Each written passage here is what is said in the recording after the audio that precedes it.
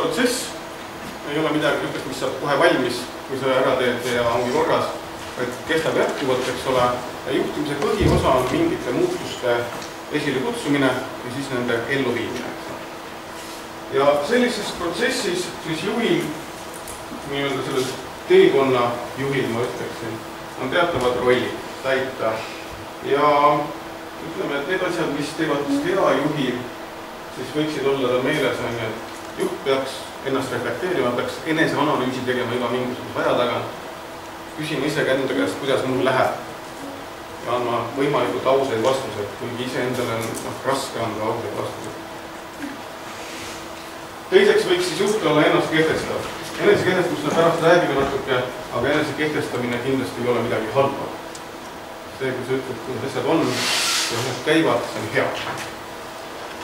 Ja kui sellist enesekehtestamist suudate ellu viia, siis võiks tekkida teil eduka juhi tunne ja võiks tekkida rohkem motivatsiooni ja olla veel parem juht.